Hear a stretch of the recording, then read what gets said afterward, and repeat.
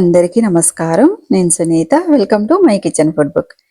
ఈరోజు video daily routine works ఉంటాయి. Morning నుంచి ఈవినింగ్ వరకు.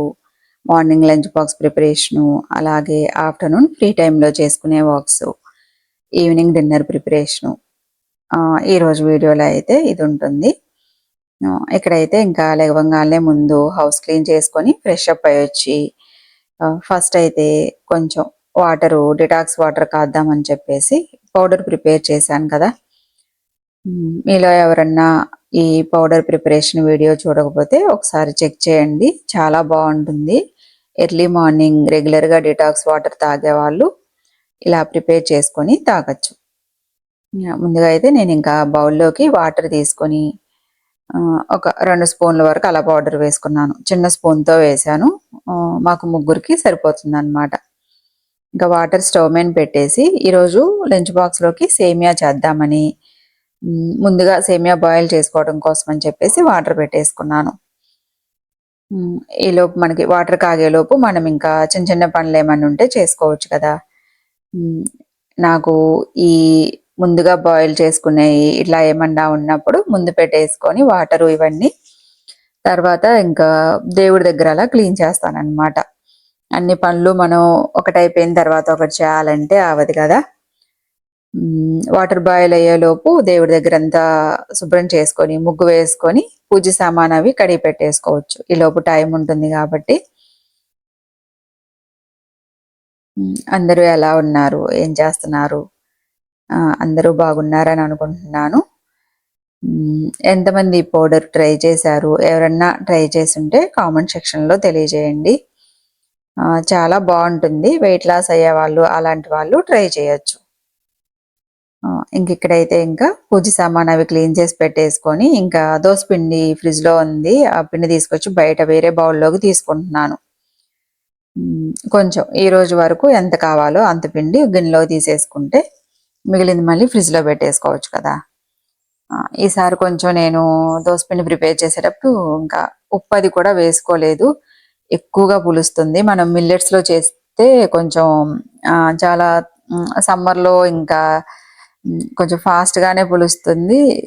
మనం ఎంత ఇలా పప్పు డబ్బాలో గిన్నెలో సగానికి పెట్టినా కూడా ఓవర్ఫ్లో అయిపోతా ఉందన్నమాట. అందుకోసమని గ్రైండ్ చేసేటప్పుడు ఈసారి సాల్ట్ వేసుకోలేదు. సరే, ఆ దోశ వేసుకునేటప్పుడే ముందుగా కలుపుకుందామని చెప్పేసి ఇంకా ఇట్లా కలిపేస్తున్నాను అనమాట. ఈ పిండి తీసి ఇంకా బయట పెట్టేసుకొని పాలు తీసుకొచ్చాను. మాకైతే అసలు పాలు సేల్ అవ్వవు. అంటే కాఫీ టీ తాగే పని అయితే రెగ్యులర్గా తెచ్చుకుంటారు కదా. సూపర్ మార్కెట్కి వెళ్ళినప్పుడు సరే మా అమ్మాయి అట్లా తాగిద్ది, ఎప్పుడన్నా ఏదన్నా కలిపి ఇవ్వచ్చు అన్నట్లు అలా తీసుకొస్తాను. తను కూడా ఒక్కోసారి వద్దంటా ఉంటుంది. అంటే ఎక్కువ తాగము, ఎప్పుడన్నా ఉంటే స్వీట్ చేసుకోవటానికి అలా ఇంకా వేస్ట్ చేయకూడదు కాబట్టి ఏదో స్వీట్ అలా చేసుకోవటమే. సరే, ముందైతే ఇంకా కాచేద్దాము. ఈరోజు కాచి ఫ్రిడ్జ్లో పెడితే ఎప్పుడు కావాలంటే అప్పుడు మనం యూస్ చేసుకోవచ్చని పాలైతే స్టవ్ మీద పెట్టేశాను. ఇక్కడైతే ఇంకా వాటర్ కూడా బాయిల్ అయిన తర్వాత సేమియాని అందులో వేసేసి జస్ట్ మనం ఒక బాయిల్ వచ్చిన తర్వాత స్టవ్ ఆఫ్ చేసుకుంటే సరిపోయిద్ది. ఎక్కువ టైం అయితే ఉంచకూడదు. ఈ సేమియా కొంచెం సన్నగా కూడా ఉన్నాయి. జస్ట్ ఆల్రెడీ మనకి వాటర్ కాగే ఉంటాయి కాబట్టి అంత ఎక్కువసేపు ఉంచాల్సిన అవసరం ఉండదు. జస్ట్ ఒక 1 బాయిల్ అట్లా వచ్చిన తర్వాత స్టవ్ ఆఫ్ చేసుకుంటే మనకి పొడి పొడిలాడుతూ వస్తాయి సేమియా. ఇంకా ఈ వాటర్ కూడా నేను కాచి పక్కన పెట్టేశాను. కొంచెం చల్లారిన తర్వాత ఆ పౌడర్ అంతా కొంచెం అంతా అడుక్కి వెళ్ళిపోతుంది కదా, అప్పుడు మనం ఇట్లా పోసేసుకోవచ్చు. ఆ పౌడర్తో పాటు అయితే అసలు తాగలేము. వాటర్ కూడా చేదుగుంటాయి, మెంతులు అవన్నీ వేసాం కదా, కొంచెం చేదుగానే ఉంటుంది. తేనె అలా కలుపుకోవచ్చు. ఎవరన్నా మీకు చేదుగా ఉంది అనిపిస్తే తేనె కలుపుకొని తాగొచ్చు, బాగుంటుంది. నైట్ టైం పడుకునేటప్పుడు అలా తీసుకోవచ్చు. వెయిట్ లాస్ అవ్వాలనుకున్న వాళ్ళు, గ్యాస్ ట్రబుల్, డైజెస్టివ్ సిస్టమ్ సరిగా లేకపోయినా ఇలాంటి పౌడర్స్ ఇవన్నీ మనం రెగ్యులర్గా వంటలో యూజ్ చేసేయే కదా. ధనియాలు, జీలకర్ర ఇవన్నీ వంటలో మనం కారాలు అలాంటి వాటిల్లో వాడుతూ ఉంటాం కదా. కాకపోతే మనం అంత ఎక్కువ ఎక్కువ అయితే అట్లా యూజ్ చేయం కదా, కారంలో కొంచెం కొంచెం క్వాంటిటీస్ అలా యూజ్ చేసుకుంటూ ఉంటాం. ఇలా పౌడర్ తీసుకుని ఎర్లీ మార్నింగ్ ఎంప్టీ స్టమక్తో తీసుకుంటే మనకి కొంతవరకు హెల్త్ బెనిఫిట్స్ అయితే ఉంటాయి.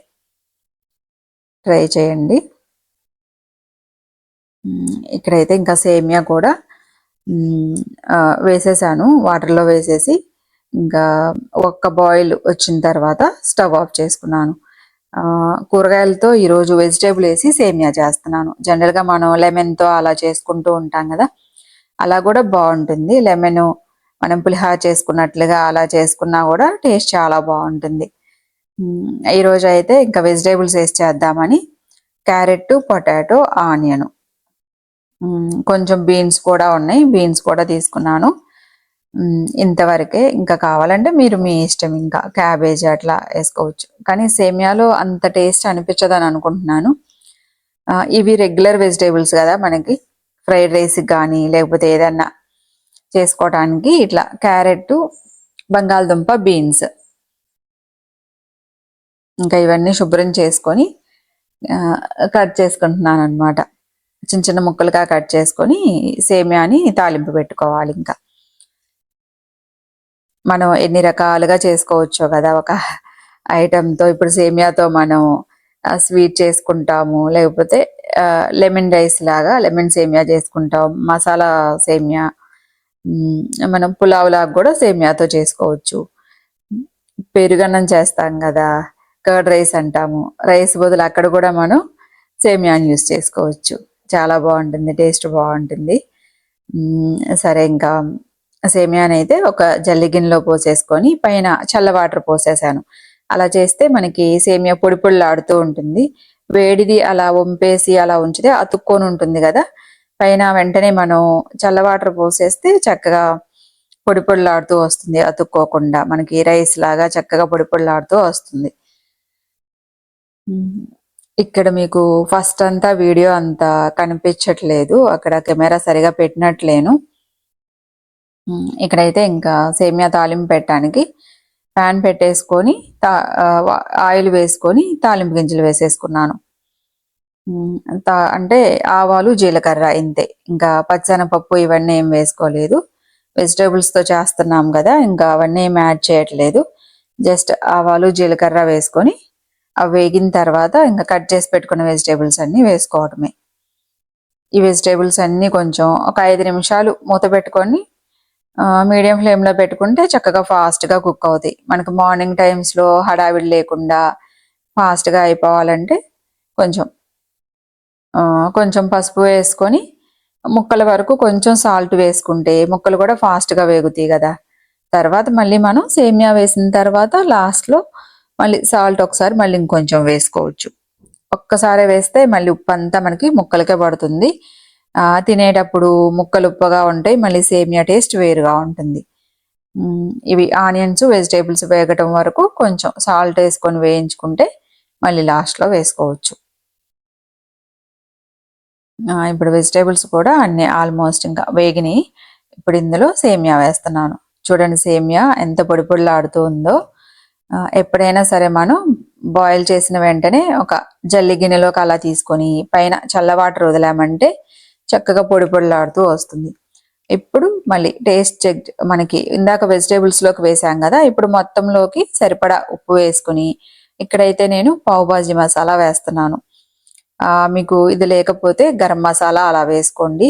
ఎందుకంటే నేను ఇక్కడ ఏమీ ఇంకా వేరే ఏం వేయలేదు, కారము, పచ్చిమిర్చి అట్లా ఏం వేయలేదు, అందుకని కొంచెం పావుబాజీ మసాలా వేసాను. టేస్ట్ బాగుంటుంది, డిఫరెంట్ టేస్ట్గా ఉంటుంది వెజిటేబుల్స్తో చేసినప్పుడు. ఇంకా చివరిగా కొంచెం కొత్తిమీర వేసుకొని ఒకసారి బాగా కలుపుకొని స్టవ్ ఆఫ్ చేసుకోవటమే. ఇంకా అలాగే మరోవైపు అయితే ఇంకా దోశ కూడా వేసేస్తున్నాను. మనకి పొద్దున్నే లంచ్ బాక్స్ టైంలో హడావిడిగా మనం ఒక పొయ్యి మీద అది, ఒక పొయ్యి మీద ఇది చాలా చేసుకోవాలి కదా. వీడియో పెట్టడం వల్ల పొద్దున్నే అయితే చాలా, ఇంకా ఎంత త్వరగా లేసినా కూడా టైం సరిపోవట్లేదు. కరెక్ట్గా ఇంకా మా అమ్మాయి రెడీ అయ్యి వచ్చేలోపు నేను బాక్స్ పెట్టేసి వచ్చి తనకి ఇంకా జడేసి అట్లా తీసుకెళ్ళటం అవుతుంది. ఇక్కడైతే ఇంకా సేమియా కూడా బాక్స్ పెట్టేసి దోశ కూడా ఇంకా వేసేసాను. దోశలోకి చట్నీ మాత్రం ఆల్రెడీ ఉంది. పుదీనా టమాటా చట్నీ చేశాను. ఇంకా మార్నింగ్ అయితే చేయలేదు, నైట్ చేశాను. మీరు ముందు వీడియోలో చూసి ఉండొచ్చు. మేము నైట్ రైస్లోకి అలా తినంగా ఇంకా మిగిలింది అనమాట. ఇంకా ఇప్పుడు దోశలోకి కూడా బాగుంటుంది. పుదీనా చట్నీ చాలా టేస్టీగా ఉంటుంది కదా. ఇంకా మా అమ్మాయి వెళ్ళిన తర్వాత తన లంచ్ బాక్స్లో అవన్నీ పెట్టేసి ఇంకా తను వెళ్ళిన తర్వాత గిన్నెలు అవన్నీ కడిగేసి యాజ్ యూజువల్ జిమ్కి వర్కౌట్కి అది వెళ్ళేసి వచ్చిన తర్వాత మళ్ళీ ఒకసారి ఫ్రెష్ అప్ అయ్యి ఇంకా ముందు రోజు ఆరేసిన బట్టలు అనమాట ఇవన్నీ. స్టాండ్ మాత్రం ఎప్పుడు ఖాళీ ఉండదు.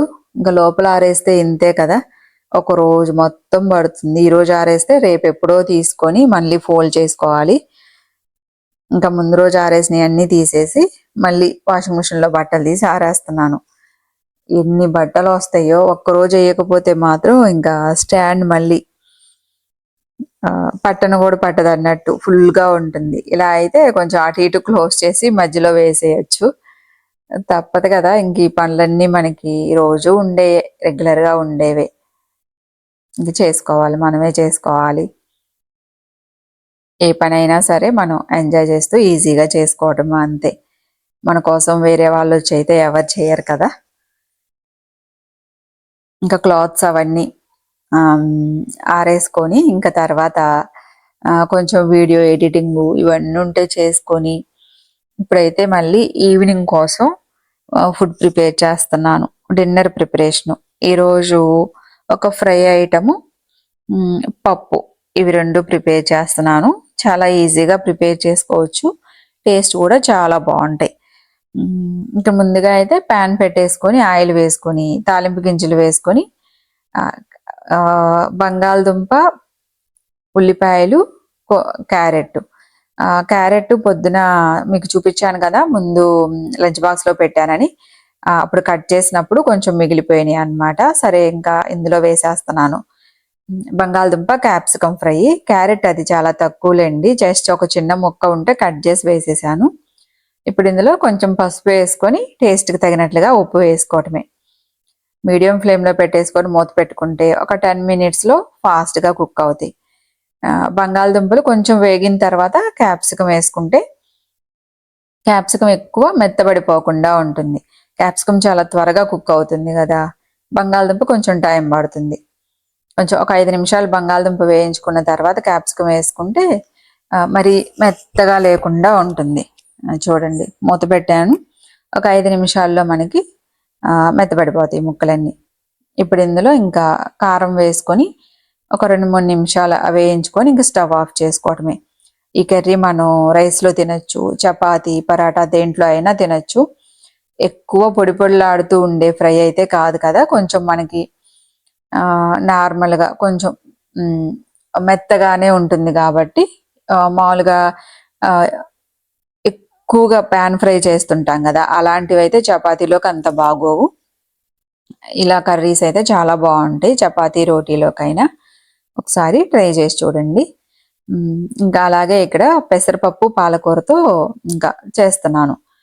కుక్కర్ పెట్టేసుకొని ఆయిల్ వేసుకొని కొంచెం ఆవాలు, జీలకర్ర, ఎండుమిరపకాయలు, ఇంకా కట్ చేసి పెట్టుకున్న ఉల్లిపాయలు, పచ్చిమిర్చి, కరివేపాకు వేసుకొని ఇందులో కొంచెం ఇంగువ వేసుకుంటున్నాను. ఒకసారి బాగా కలుపుకొని ఇందులో మీరు కావాలంటే టమాటా వేసుకోవచ్చు, టమాటా వేసుకున్నా కూడా బాగుంటుంది. నేనైతే ఈరోజు ఇంకా టమాటా వేయట్లేదు, టమాటా పాలకూర అట్లా వేసుకోవచ్చు. చింతపండు ఇష్టం లేని వాళ్ళు కొంచెం ఒక టమాటా వేసుకుంటే సరిపోద్ది, టేస్ట్ కూడా బాగుంటుంది.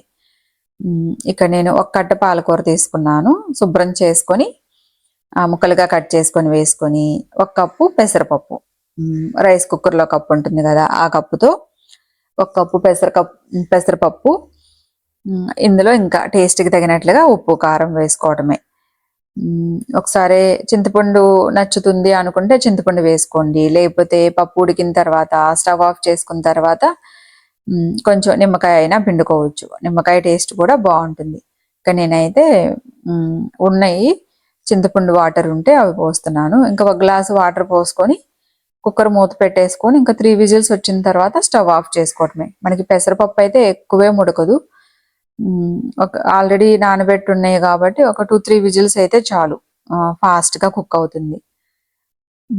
ఇవండి ఈరోజు రెసిపీస్ అయితే, డిన్నర్ రెసిపీసు. పెసరపప్పు, పాలకూర, క్యాప్సికమ్, పొటాటో ఫ్రై. ఇవి మనకి రైస్లోకి, పరాటా, చపాతీలోకి దేనిలోకైనా బాగుంటుంది.